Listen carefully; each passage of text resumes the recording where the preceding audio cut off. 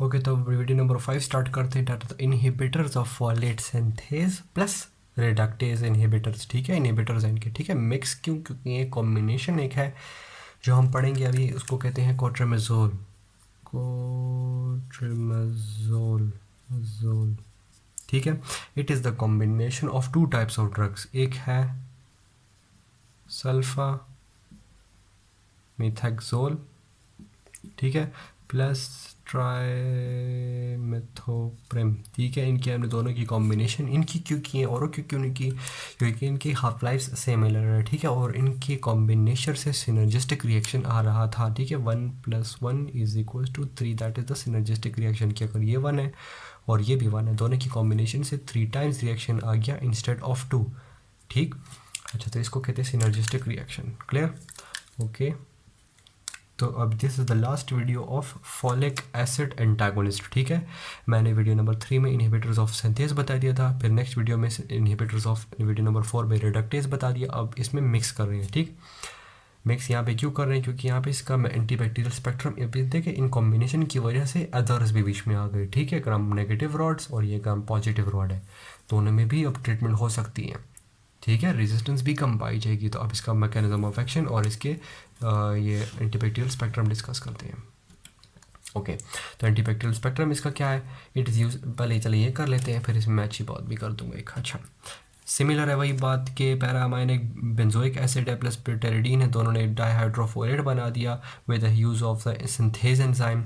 फिर वो inactive folate जो है ना कन्वर्ट हो गया into an active folate by the reductase enzyme. ठीक है, जो कि आगे फिर amino acid purine and pyrimidine बनाने में काम आता है। प्यूरिन, पायरामिडीन और अमाइनो एसिड से हमारे प्रोटीन्स, हमारे न्यूक्लिक एसिड, हमारा डीएनए सिंथेसिस, हमारा ट्रांसक्रिप्शन ट्रांसलेशन प्रोसेस, हमारे सारे एंजाइम्स अमाइनो एसिड से बनते हैं, हमारे सारे चैनल्स, हमारे सारा मेटाबॉलिज्म, फुल बॉडी का सेल, पूरे सेल का पूरा सारा काम जो है ना इन सब से जुड़ा हुआ है। तो जब ये हो गया, ख़त्म हो गया, तो बस ख़त्म। बैक्टीरिया क्या काम करेगा? ठीक, वो ग्लूटामेट भी जो है ना बना लेता है डाईहाइड्रोफोलेट। ये क्या है? This is the novo synthesis of the dihydrofolate, जिसकी वजह से फिर आगे टेट्राहाइड्रोफोलेट में कन्वर्जन हो जाती है। ठीक है, अच्छा, डिनोवो मतलब फ्रॉम स्क्रैच। ठीक है, बहुत बार मैंने रिपीट कर ली सारी चीज़ें। या जो है ना, अब देखिए पिछली वीडियो में रेजिस्टेंसेस कहाँ आ रही थी? वो जो है ना बाहर से फोलेट ले रहे थे। ठीक है, इसको स्किप करने के लिए बाहर से फोलेट ले लिया था।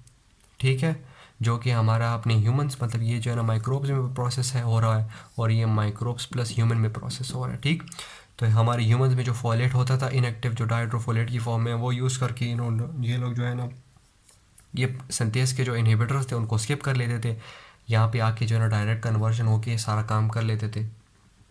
ठीक, और तरह की रेजिस्टेंस भी आ गई थी। इंजाइम ज़्यादा हो जाए, सबस्ट्रेट ज़्यादा हो जाए, या जो है ना इनका जो है ना रिसेप्टर चेंज हो गया, या कन्फिग्रेशन चेंज हो गई। ठीक है, प्लाज्मिड की वजह से, तो उसकी वजह से ये स्किप हो गया था बेचारा। फिर हमने रिडक्टेज एंजाइम्स बना दिए। ठीक है, वीडियो नंबर 4 में बता दिया मैंने। उसमें क्या हुआ कि अब जो फोलेट जो आ रहे थे, ले रहे भी थे, हमारे थे या उनके थे, जहाँ से भी ले रहे थे, वो स्टॉप हो गए थे, किसी को कुछ नहीं मिल रहा था। ठीक है, हमने प्रिवेंट कर दिया अपने side effects by administration of the folinic acid, जो कि बैक्टीरिया यूज़ नहीं कर सकते। पिछली वीडियो में मैंने एक्सप्लेन कर दिया साइड इफ़ेक्ट्स में। तो ये टेट्राहाइड्रोफोलेट सिंथेसिस स्टॉप हो गई। ठीक, अब उन्होंने फिर रेजिस्टेंस बना दी, रिडक्टेज एंजाइम ज़्यादा कर दिए। ठीक है, या ये सबस्ट्रेट सब कुछ ज़्यादा कर दिए, या इनकी कॉन्फ़िगरेशन ज़्यादा कर दी, या पे इन दोनों में इफ्लेक्स पम्प्स डाल दिए, जिनकी वजह से अब रेजिस्टेंसेस पैदा हो गई थी। ठीक, तो अब हमने इंट्रोड्यूस कर ली इन दोनों की कॉम्बिनेशन से कोट्रिमेजोल बना दी, जो कि इन दोनों जगहों पे एक्ट करेंगे साइमल्टेनियसली। इस पे भी एक्ट कर रहा है और इस पे भी जाके एक्ट करके इनहिबिशन करवा रहा है। ये होगा नहीं तो काम नहीं होगा। ठीक, तो यहाँ पे रेजिस्टेंस की बात आती है। यहाँ पे रेजिस्टेंस नहीं हो सकती। लाइक देखिए, ये एक बैक्टीरिया है। ठीक है, ये साइमल्टेनियसली इसके अगेंस्ट रेजिस्टेंस और इस मतलब इस ड्रग के अगेंस्ट रेजिस्टेंस और इस वाली जगह की रेजिस्टेंस दोनों साइमल्टेनियसली इम्पॉसिबल है। ठीक है, कि अगर आप, यह बंदा खड़ा हुआ है, ठीक है, इसके लिए आगे ये बंदा खड़ा हुआ है, ये चलिए इस तरह कर लेता हूँ, ये रेड बंदा है, एक बंदे से अपने आप को रेजिस्टेंस बचा सकेगा ना, ये आगे इसको मार रहा है, इसने अपने आप को बचा दिया इससे, ठीक है। साइमल्टेनियसली ये दो बंदों से नहीं बच सकता ना, इससे बचेगा तो ये हिट कर देगा, या अगर इससे बच सकेगा तो ये हिट कर देगा, ठीक है। तो एक बैक्टीरिया साइमल्टेनियसली दो जगहों पे रेजिस्टेंस बहुत इम्पॉसिबल है, ठीक है।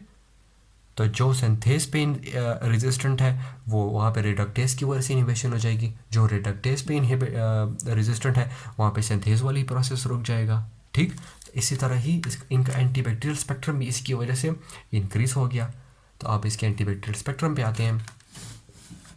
देखिए similar to video 3 and video 4 के, उसमें जो है ना ये सारी बातें सेम थी।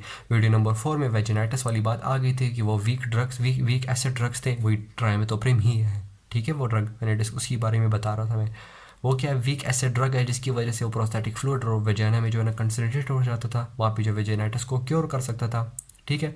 और सल्फोमेथाक्सोल में ये सारी बातें हैं, ट्राइमेथोप्रिम में भी ये सारी बातें हैं। यहाँ पे इनकी वजह से अब एक्स्ट्रा इनका एंटीबैक्टीरियल स्पेक्ट्रम इंक्रीज हो गया। कहाँ तरफ गया, अदर्स मैंने लिख लिया, जगह नहीं थी तो मैंने बस सारे एक साथ ही लिख लिया। एलएम का क्या मतलब, लिस्टेरिया मोनोसाइटोजिनेस, जो कि ग्राम पॉजिटिव रॉड है, ठीक है, ग्राम पॉजिटिव रॉड या ग्राम पॉजिटिव बेसिलाई, ठीक। अदर्स ये इकोलाई, ये मैंने डिफरेंट कलर में क्यों लिखे हैं ताकि नज़र आ सके, ठीक है, क्लियरली।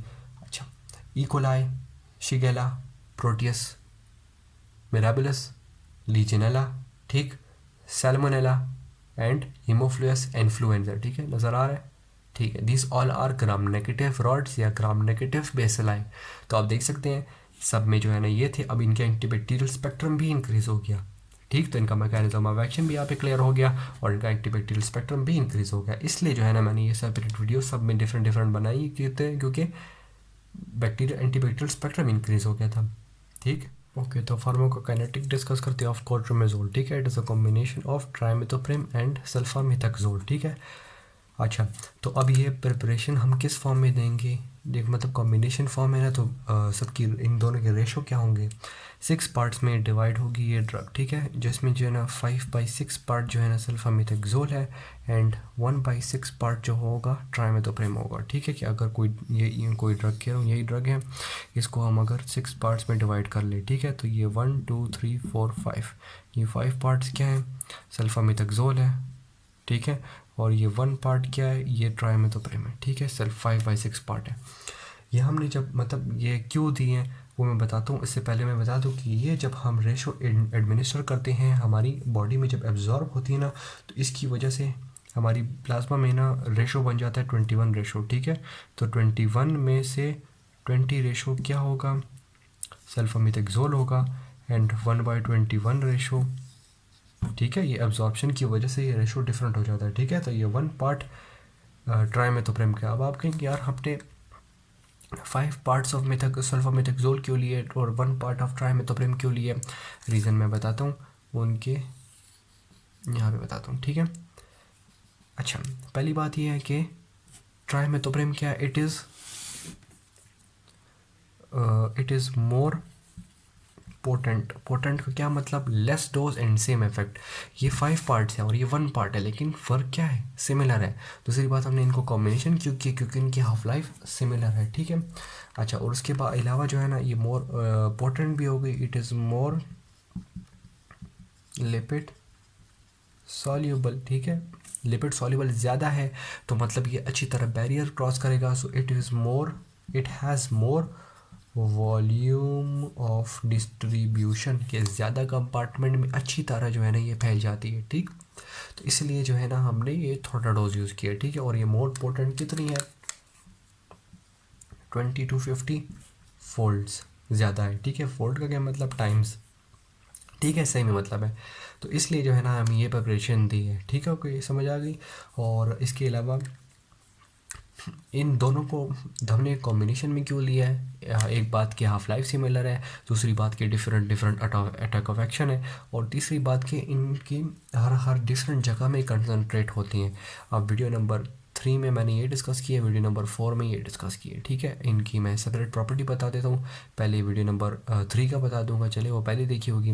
तो सल्फोनामाइड्स और या फिर inhibitors of the synthase enzyme, इन मैंने बताया था कि क्या करते हैं, एसिडिक और न्यूट्रल पीएच में यूरिन में जाके कंसंट्रेट होते हैं। तो जब यूरिन में कंसंट्रेट होंगे तो वहाँ पे जो इन्फेक्शंस होंगे यूटीआईज़ के अगेंस्ट जाके ये क्या करेंगे, ट्रीटमेंट देंगे। ठीक है, साइड इफ़ेक्ट भी दे सकते हैं, साइड इफ़ेक्ट भी ऑब्वियसली देंगे। उधर जो है ना यूरिन में क्रिस्टल्स बनेंगे। ठीक है, तो ये यूरिन में जाके ट्रीटमेंट भी करे, लेकिन ऑब्वियसली जब ओवर एक्सप्रेस हो जाए तो क्रिस्टल्स हो जाएंगे, तो वो जो है ना साइड इफ़ेक्ट हो गया। इसको प्रिवेंट करने के लिए हम क्या कहा था मैंने, हाइड्रेशन करवाते थे या फिर अल्काइलेशन ऑफ यूरिन। ठीक है, किसके, यूरिन, या फिर हाइड्रेशन ज़्यादा कर देते ताकि वो सारा यूरिन में आउटफ्लो हो जाए। ठीक है, तो ये तो सल्फोनामाइड की बात हो गई कि यूरिन में जाके कंसंट्रेट करके रह जाता है, और अगर एसिडिक यूरिन है तो वहाँ पे ही पड़ा रहेगा। ठीक है, तो वहाँ पे यूटीआईज़ को ट्रीट करेगा। तो ये वाली बात हो गई अबाउट सल्फोनामाइड्स। अब ट्राइमेथोप्रेम क्या करेगा, मैंने इसकी वाली वीडियो में बताया था कि ये क्या, दीज आर वीक बेस है, तो फिर ये जाके भी, ये भी जो है ना जाके एसिडिक इन्वायरमेंट में जाके प्रेसिपिटेट हो जाएगी। ये ग्राफ में बताता हूँ। ठीक है, इसके बाद एसिडिक इन्वायरमेंट किधर है, प्रोस्टेटिक फ्लूइड में है, और उसके अलावा वेजाना में है। वेजाना उधर क्या है, उधर जो है ना एसिडिक इन्वायरमेंट है, वहाँ पे जाके जो है ना, मतलब वहाँ पे पीएच क्या है, लो है। ठीक है, विजाना में ऑब्वियसली 4.5 या इस तरह पीएच होता है ना, चलो मैं कंफर्म एग्जैक्ट नहीं पता, लेकिन वहाँ पे एसिडिक पीएच है, ये कंफर्म है। ठीक है, तो वहाँ पे ये जाके बेसिक वाली जगह वहाँ पे जाके प्रेसिपिटेट हो जाएंगी।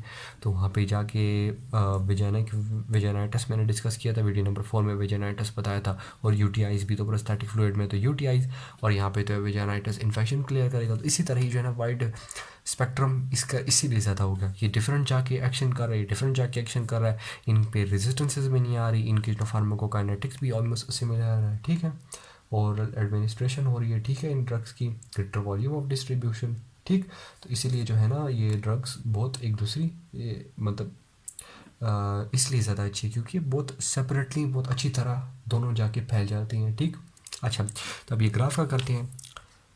ये डिफरेंट मतलब ये क्या, इस तरफ ग्राफ में जाएंगे तो आवर्स है, मतलब कि टाइम ज़्यादा हो। ठीक है, और इस तरफ कंसंट्रेशन ऑफ बैक्टीरिया, ग्राफ जितना बड़ा है मतलब जितना ऊपर है उतना कंसंट्रेशन ऑफ बैक्टीरिया ज़्यादा है। ये क्या है, नो ड्रग। ठीक है, इसी तरह देखिए यहाँ पे कर्व फ्लैट हो रहा है। ठीक है, ना बैक्टीरिया ज़्यादा हो रहे हैं और ना मतलब बैक्टीरिया और ज़्यादा नहीं हो रहे, और टाइम सिमिलर ही रहेगा जब तक वो एक्शन करते रहेंगे। ठीक है, ये क्या है, ग्रीन सिंथेस। ठीक है, सिंथेस एंजाइम।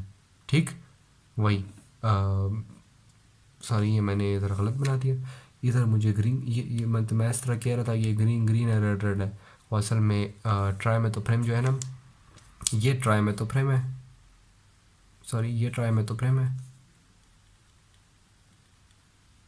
एंड ये सल्फामेथाक्सोल है। ठीक है, तो जब सल्फामेथाक्सोल दिए वो ज़्यादा अच्छी बैक्टीरिया को ख़त्म कर रहे। ठीक है, डाउन द ग्रुप है, और ये मिक्स है, कॉम्बिनेशन ऑफ बोथ टू। देखिए सबसे ज़्यादा नीचे है, वो ग्राफ सिमिलर भी हो गया, लेकिन बैक्टीरिया की कंसंट्रेशन कितनी कम कर दी है। ठीक है, तो सिनर्जिस्टिक रिएक्शन है। ठीक हो गया, नो ड्रग, ये सिर्फ ट्राइमेथोप्रेम, ये sulfamethoxazole, and this is mix combination of both, मतलब कि कोट्रामेज़ोल। ठीक, ओके, तो फिर आखिर में जो है ना फार्माकोकाइनेटिक्स हो गया, तो फार्माको डायनामिक्स करती है। फार्माकोडायनामिक्स में मैकेनिज्म ऑफ एक्शन तो मैंने पहले ही बता दिया। उसके बाद आते हैं अबाउट द, ये लास्ट फर्स्ट ख़त्म करते हैं विद एडवर्स इफेक्ट्स। ठीक है, एल्डरली पेशेंट में जो है ना डर्मेटोलॉजिकल इफेक्ट्स आती है, मतलब स्किन रैशेज एक्सेट्रा। ठीक है, उसके अलावा जो है ना जीआई अपसेट्स पेशेंट्स में आती है। जीआई अपसेट क्या, it's just a fancy word for the nausea, vomiting and diarrhoea. ठीक है, वो नहीं बोल सकते तो ये बोलते हैं। और उसके अलावा हीमेटोलॉजिक डिस्टर्बेंसेस आएंगी। ऑब्वियसली जो है ना ये रिडक्टेज की वजह से और इन दोनों की वजह से फॉलिक एसिड हमारी बॉडी में प्रोड्यूस नहीं हो रहा। ठीक है, ये तो फिर भी चले माइक्रोब्स के वाले प्रोसेस को रोक रहा था, ये तो हमारे अपने प्रोसेस को भी रोकता है। और जो माइक्रोब्स हैं हमारे फॉलिक एसिड भी यूज़ कर रहे हैं, तो हमें डिफिशेंसी आ गई, तो जिसकी वजह से जो है ना हमारा सब कुछ रुक जाता है। ठीक है, तो इन हेमेटोलॉजिकल डिसऑर्डर्स में क्या क्या आ सकते हैं, मेगैलोब्लास्टिक एनीमिया। ठीक है, या फिर वही सारे पुराने ही हैं, ल्यूकोपीनिया। पीनिया का मतलब डिक्रीज, ल्यूको मतलब WBC, तो ल्यूकोपीनिया। ठीक है, उसके अलावा जो है ना थ्रोम्बोसाइटोपिनिया भी हो सकता है, थ्रोम्बो साइटोपिनिया, थ्रोम्बोसाइट्स क्या होती हैं? प्लेटलेट्स है, ठीक है। ये क्या है? प्लेटलेट्स। ओपिनिया मैंने बता दिया कि decrease in amount of cells, ठीक है। तो यहाँ पे जो है ना ये जो है ना इनकी डिसऑर्डर्स आ गई, सॉरी हेमेटोलॉजिकल डिस्टर्बेंसेस आ गई। और उसके अलावा ये कि HIV के जो पेशेंट हैं, ठीक है, उनकी इम्यूनिटी ऑलमोस्टली डाउन ही होती है, तो उनमें जो है ना ड्रग इंड्यूस्ड एलर्जिक रिएक्शंस ज़्यादा मतलब पाए जाते हैं, ठीक है। फीवर, रैश और ये फिर डायरिया और सब कुछ जो है ना ये HIV के पेशेंट्स में जो है ना ये ज़्यादा ये एडवर्स इफेक्ट ज़्यादा आ रहे हैं, ठीक। तो बस यहाँ पे जो है ना ये वीडियो भी ख़त्म होगी। Inhibitors of folate synthase and reductase, ठीक है। तो फॉलिक एसिड एंटागोनिस्ट सारे हो गए, ठीक है। 3 वीडियोज़ में मैंने एक्सप्लेन कर लिया, वीडियो नंबर 3, 4 एंड 5, उसमें बिल्कुल सब कुछ हो गया, ठीक है। तो कोई भी डिफ़िकल्टी हो तो पूछ सकते हैं इनमें, ठीक।